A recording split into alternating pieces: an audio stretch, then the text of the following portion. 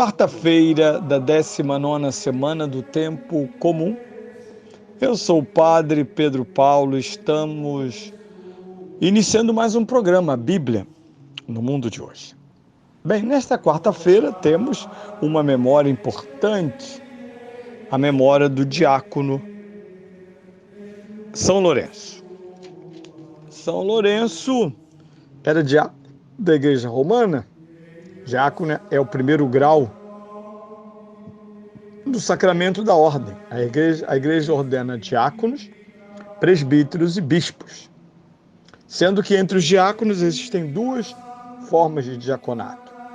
O diaconato provisório, daqueles que são ordenados diáconos em vista da sua ordenação presbiteral futura, e os diáconos permanentes, homens casados ou não, podem ser também viúvos e celibatários, que são preparados e ordenados pela igreja. Este diácono era diácono da Igreja Romana e morreu mártir na perseguição de Valeriano, 4 dias depois do Papa Sisto II e seus companheiros, os 4 diáconos romanos. O seu sepulcro encontra-se junto à Via Tiburtina, no Campo Verano.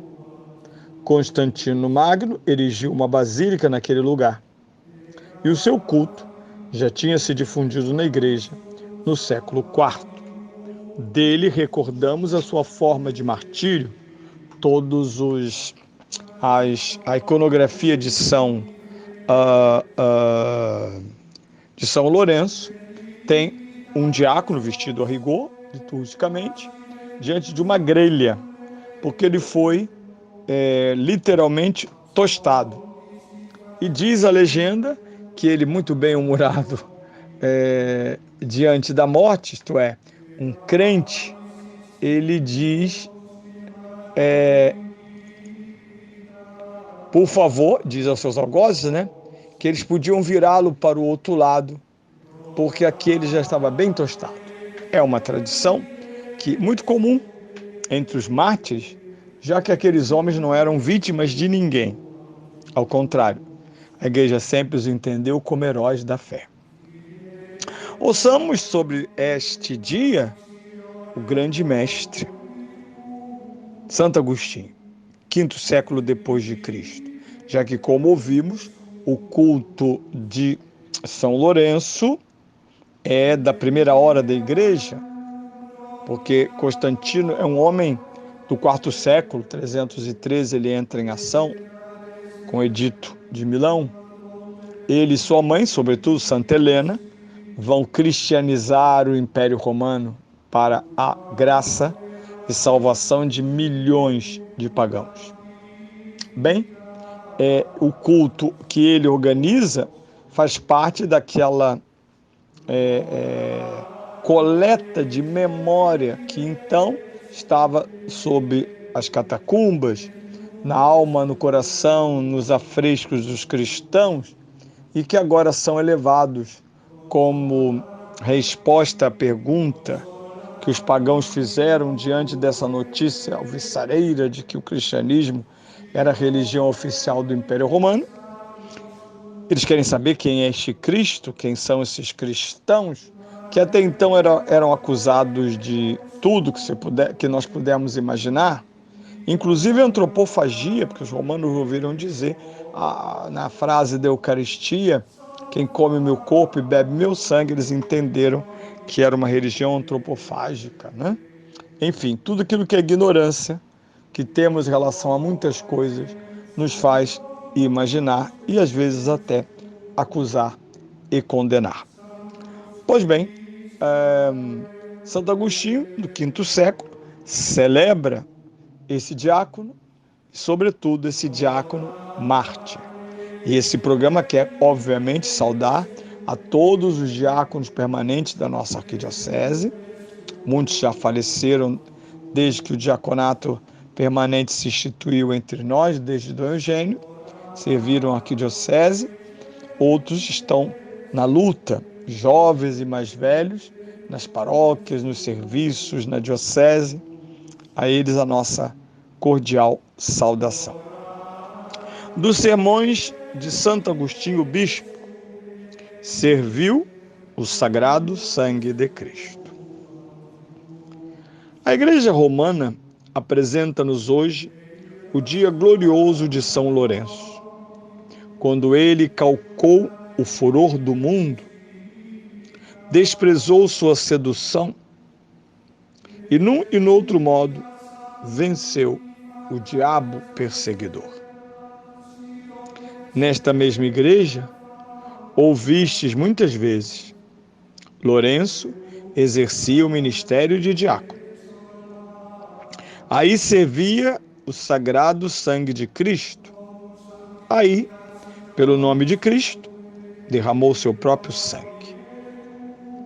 O apóstolo São João expôs claramente o mistério da ceia ao dizer: como Cristo entregou sua vida por nós, nós devemos entregar as nossas pelos irmãos.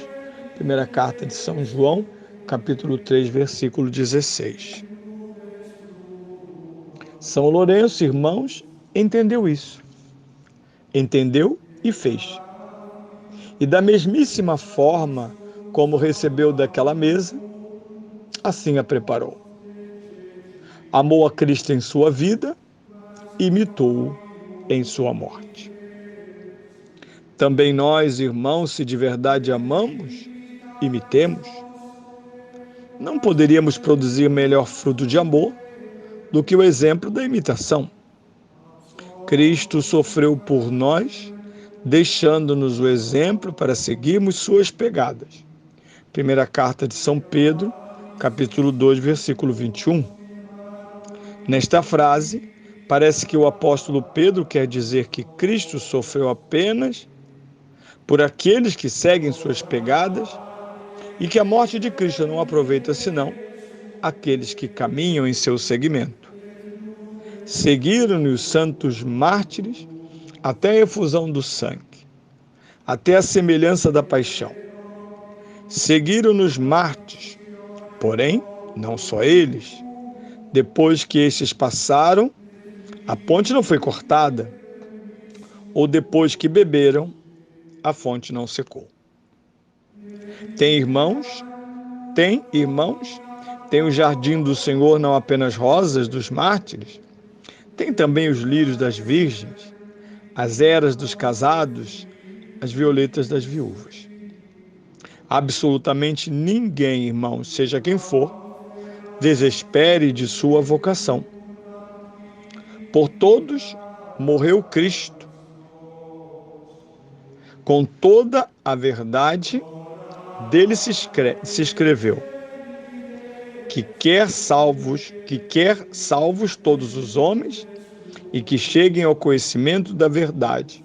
Primeira carta a São Timóteo, capítulo 2, versículo 4. Compreendamos, portanto, como pode o cristão seguir Cristo, além do derramamento de sangue, além do perigo de morte.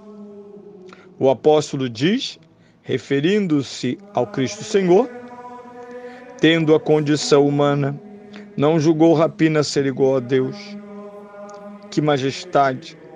Aniquilou-se, tomando a condição de escravo, feito semelhante aos homens e reconhecido como homens.